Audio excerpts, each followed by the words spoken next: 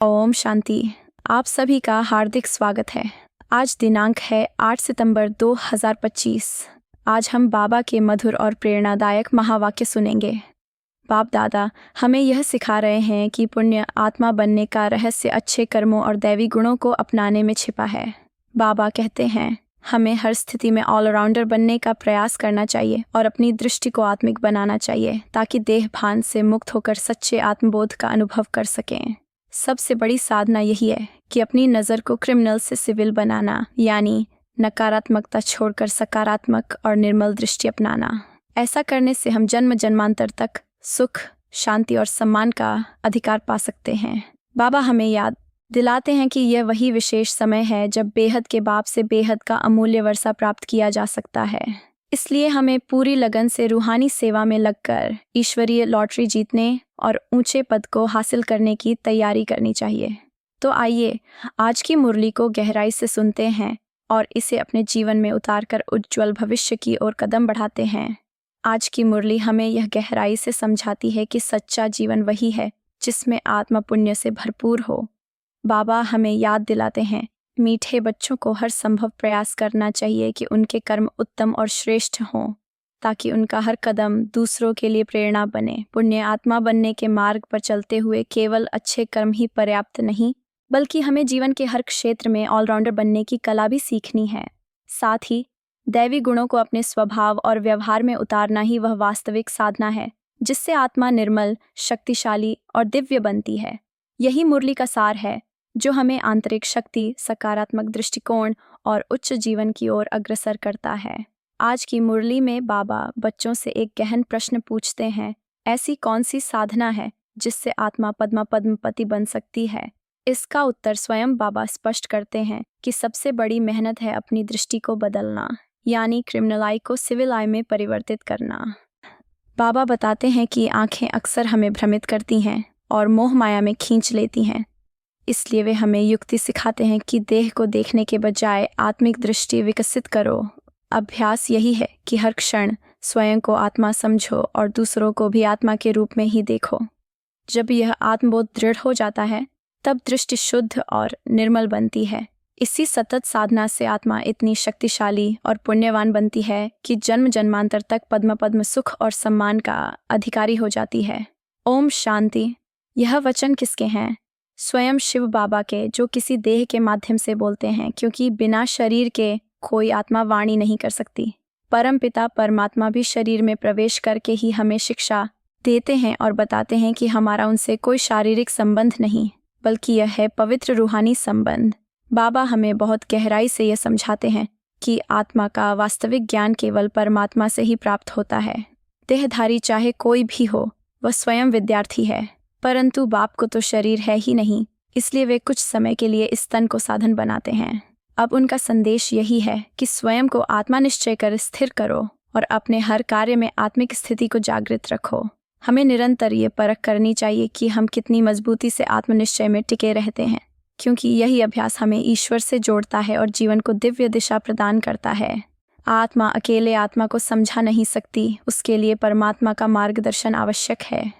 वही हमें सच्चा ज्ञान देते हैं, परंतु दुख की बात यह है कि लोग उन्हें सही रूप में पहचान ही नहीं पाते। त्रिमूर्ति में भी शिव को गौण कर दिया गया, जबकि सृष्टि का वास्तविक रचयिता केवल शिव बाबा ही हैं।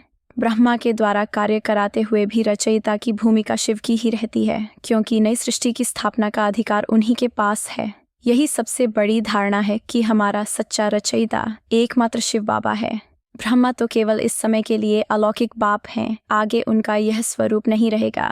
लौकिक बाप तो हर जन्म में होता है, परंतु अब भी संगम युग पर हमें एक साथ लौकिक, अलौकिक और पारलौकिक तीनों बाप का अनुभव होता है। बाबा बताते हैं कि सुख धाम में तो उनकी याद की आवश्यकता ही नहीं पड़ती, क्योंकि वहाँ सब कुछ पूर्ण और शाश्वत होता है। वही शिव बाबा हमें विश्व का मालिक बनाते हैं और वहाँ कोई दुख या संघर्ष नहीं होता।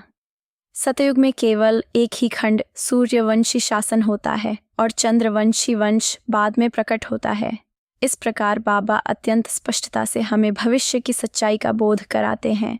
बाबा आज हमें धैर्य का पाठ पढ़ाते हुए कहते हैं, बच्चों, अब थोड़े ही दिन शेष हैं, इसीलिए पुरुषार्थ पूरी निष्ठा से करो। यदि दैवी गुणों को जीवन में नहीं अपनाओगे तो ऊंचा पद भी हाथ से निकल सकता है। ये अवसर किसी सामान्य अवसर की तरह नहीं बल्कि बेहद की अनमोल लॉटरी है, जिसे पाने के लिए निरंतर आत्मनिरीक्षण जरूरी है कि हमने कितने गुणों को अपने स्वभाव में उतारा है। जैसे बैरिस्टर या सर्जन बनने के लिए गहन अध्ययन और अभ्यास आवश्यक है और उसका फल बड़ा मान सम्मान व धन होता है, वैसे ही जो आत्माएं इस ईश्वरीय शिक्षा को गहराई से समझकर अमल करती हैं वे सर्वोच्च पद को प्राप्त करती हैं। बाबा समझाते हैं कि उनका सच्चा स्मरण विक्रमों का नाश करता है, पर माया बार बार हमारी याद को भटका देती है। ज्ञान तो कभी नहीं भूलता, लेकिन माया हमें बाबा की याद से ही दूर करती है। इसीलिए सच्चा पुरुषार्थ यही है कि हम हर क्षण जागरूक रहें और स्मृति में स्थिर होकर माया पर विजय प्राप्त करें। बाबा हमें बहुत सरल और गहन रीति से समझाते हैं कि आत्मिक उन्नति के लिए रोजाना अपने कर्मों का चार्ट रखना अनिवार्य है। दिन भर में कोई भी पाप कर्म किया तो उसका बोझ कई गुना बढ़ जाता है और आत्मा शुद्ध होने के बजाय और अधिक बंधन में फंस जाती है। इसलिए बाबा सलाह देते हैं कि यज्ञ की सेवा और जीवन के कार्य सदैव ईमानदारी और पवित्रता से करो, अन्यथा पुण्य का मार्ग कठिन हो जाएगा। चोरी, धोखा, छल कपट या किसी भी प्रकार का अधर्म पाप है और यही माया का प्रवेश है जो योग और ज्ञान की शक्ति को कमजोर कर देता है। हमें अपने मन से पूछना चाहिए कि क्या हम दूसरों के लिए सहारा यानी अंधों की लाठी बन रहे हैं या स्वयं ही अज्ञान में भटक रहे हैं। इस समय का स्मरण ही बताता है कि कौन रावण राज्य में फंसा है और कौन संगमयुग पर राम राज्य की तैयारी कर रहा है। परम पिता परमात्मा कैसे सुख और शांति प्रदान करते हैं, यह केवल वही आत्माएं समझ सकती हैं जो स्वयं को आत्मा मानकर पुरुषार्थ करती हैं। बाबा बार बार याद दिलाते हैं कि सबसे बड़ा साधन है स्मृति।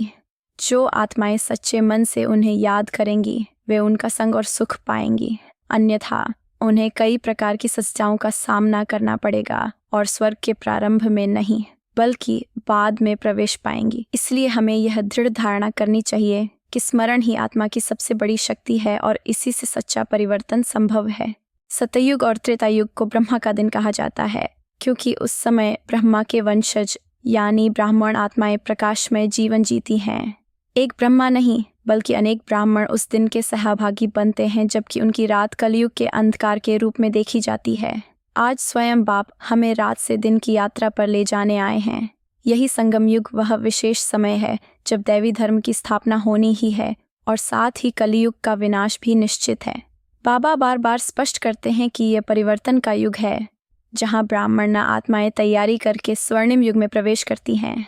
जिनके मन में संशय रहता है वे टिक नहीं पाते और पुनः पुरानी दुनिया में जन्म लेकर विनाश के भागी बन जाते हैं। इसलिए बाबा की श्रीमत पर चलना ही सच्चा पुरुषार्थ है। हर दिन वे हमें ज्ञान के गहरे बिंदु देते हैं ताकि हमारा विश्वास और अधिक दृढ़ हो सके। यही मुख्य धारणा है कि हमें अपने जीवन में निरंतर जांच करनी चाहिए, क्या हम वास्तव में निश्चय बुद्धि बने हुए हैं और पूर्ण विश्वास के साथ इस दिव्य यात्रा में आगे बढ़ रहे हैं। बाबा हमें बार बार याद दिलाते हैं कि सबसे पहले समझना आवश्यक है, तुम आत्मा हो, देह नहीं। अगर यह धारणा नहीं बनी तो जीवन की सबसे बड़ी लॉटरी हाथ से निकल जाएगी। चाहे राजा हो या प्रजा, सुखधाम में जाना है या ऊंचा पद पाना है, पुरुषार्थ करना अनिवार्य है। यही कारण है कि हमें बाप की सेवा और रूहानी कार्यों में सक्रिय रहना चाहिए। बाबा स्पष्ट करते हैं कि रूहानी सेवा न करने पर भी स्थूल सेवा संभव है। क्लास लेना, बहनों की मदद करना, दूसरों के लिए मार्गदर्शन देना, ये सभी छोटे छोटे प्रयास धीरे धीरे हमारी आध्यात्मिक वृद्धि में योगदान करते हैं। विकारों में पड़कर यह मार्ग छोड़ देना हमें कमज़ोर बनाता है। इसलिए निरंतर सजग रहना और विकारों से दूर रहना ज़रूरी है। साथ ही बाबा हमें पोता मेल रखने की भी सलाह देते हैं। रोज़ अपने कर्मों और स्मरण का लेखा जोखा रखना, यही अभ्यास आत्मा को पवित्र बनाता है, पापों का नाश करता है और जीवन में ऊंचे पद की योग्यता बढ़ाता है। यही वह सच्चा पावन धाम है जहाँ मुक्ति और जीवन मुक्ति दोनों मिलती हैं। इसलिए अपने जीवन में यह जांचना आवश्यक है कि हम रोज़ कितनी आत्मिक पूंजी जमा कर रहे हैं और कितनी सजगता से बाप की याद में लगे हैं। बाबा हमें बार बार यह स्मरण कराते हैं कि हम वह वर्षा प्राप्त करते हैं जो मुक्ति और जीवन मुक्ति दोनों प्रदान करता है। जो आत्माएं पूरी रीति से अभ्यास नहीं करती वे पीछे रह जाएंगी, लेकिन स्वर्ग में सभी अपने अपने समय पर अवश्य पहुंचेंगे। बाबा स्पष्ट करते हैं कि इस ज्ञान का स्रोत केवल वही है, क्योंकि वही सभी आत्माओं के पिता हैं। हमें सबसे पहले स्वयं को आत्मा समझना होगा और बाप की याद में समय लगाना होगा। इसी स्मरण से विकर्म नष्ट होते हैं और हम रचना के आदि, मध्य और अंत का ज्ञान प्राप्त कर सकते हैं। रचिता को याद करने से पाप भस्म हो जाते हैं और यह ज्ञान हमें चक्रवर्ती राजा बनने की योग्यता भी देता है। बाबा हमें यह भी बताते हैं कि इस ज्ञान को केवल प्राप्त करना ही पर्याप्त नहीं, बल्कि इसे दूसरों तक पहुंचाना भी जरूरी है। चित्र और मार्गदर्शन हमारे पास हैं और इसे दिन भर स्मृति में रखना चाहिए। गृहस्थ जीवन में भी हमें कमल के फूल की भांति शुद्ध, निर्मल और स्थिर रहना है, बिना किसी विकार के। यही मुख्य धारणा है। हमारा लक्ष्य कमल फूल की तरह पवित्र और सौम्य बने रहना है, चाहे हम स्टूडेंट हों या गृहस्थ। बाबा हमें स्पष्ट रूप से बताते हैं कि भाई बहन की दृष्टि कभी क्रिमिनल नहीं होनी चाहिए, क्योंकि यह ब्रह्मा के मुख वंश का गुण है। क्रिमिनल आई को सिविल आई में बदलना आसान नहीं है। इसके लिए निरंतर मेहनत और गहन अभ्यास की आवश्यकता होती है।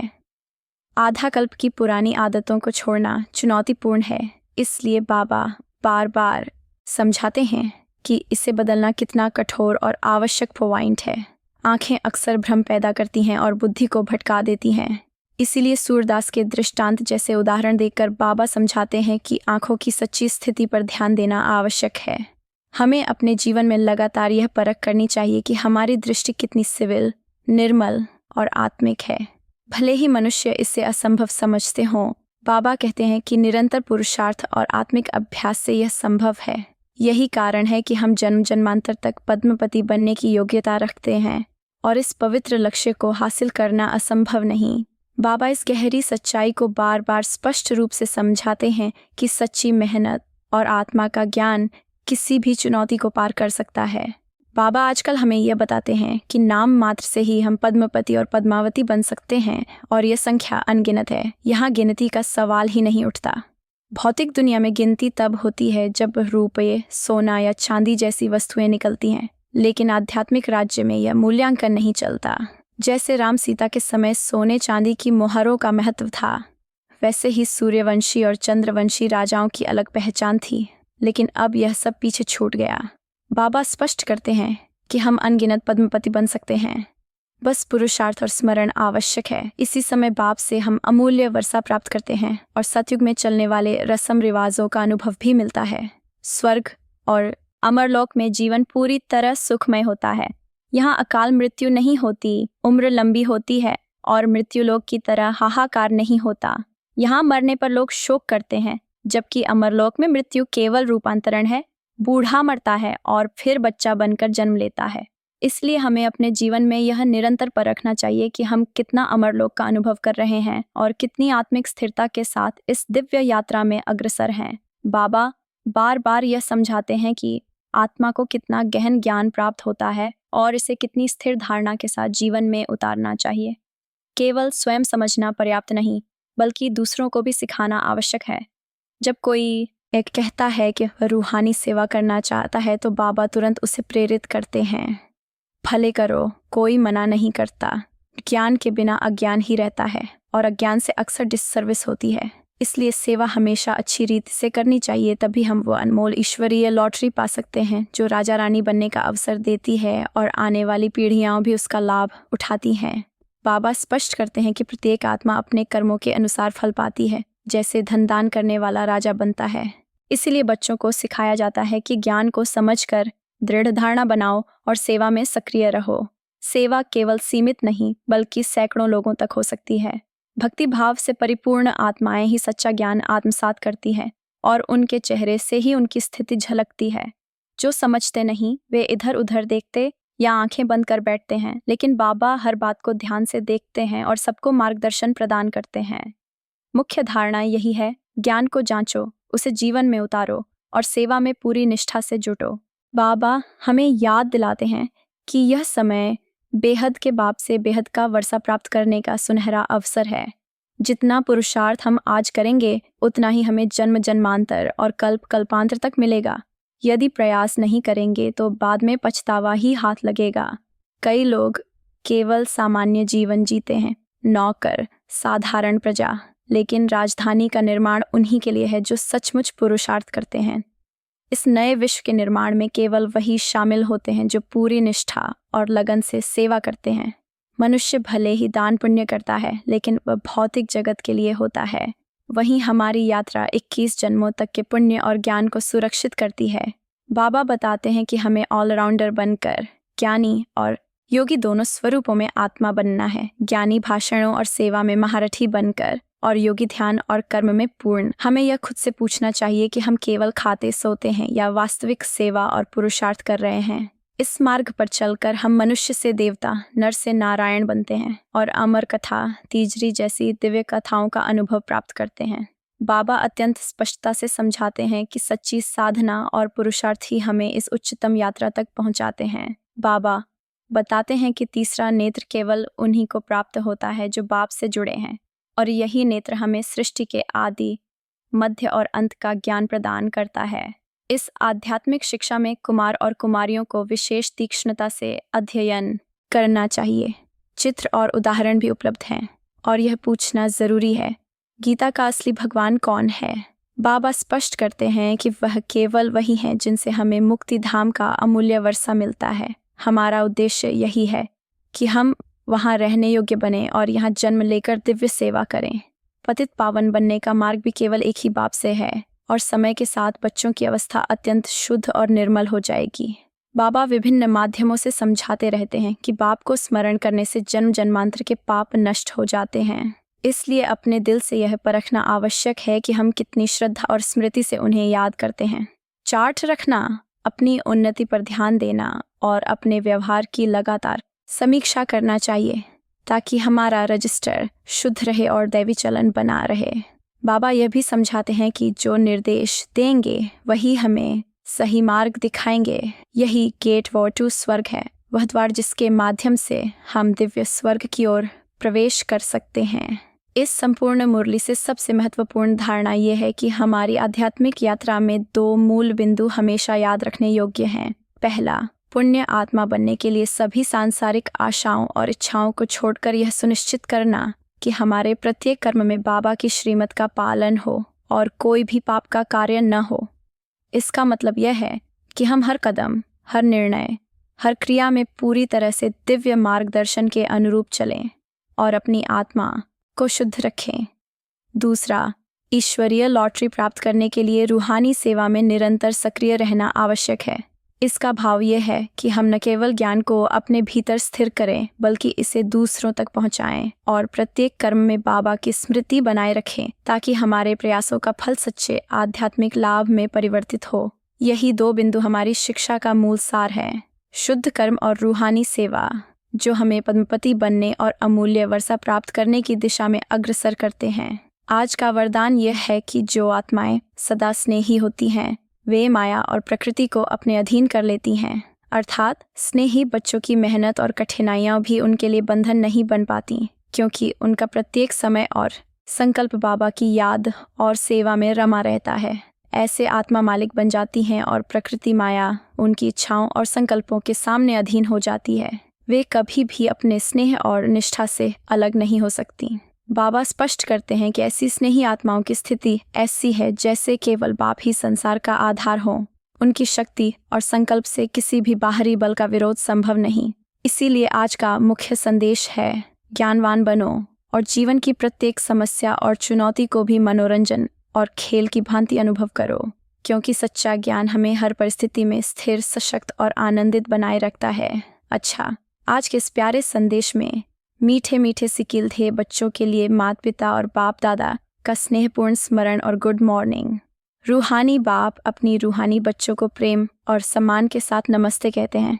ओम शांति।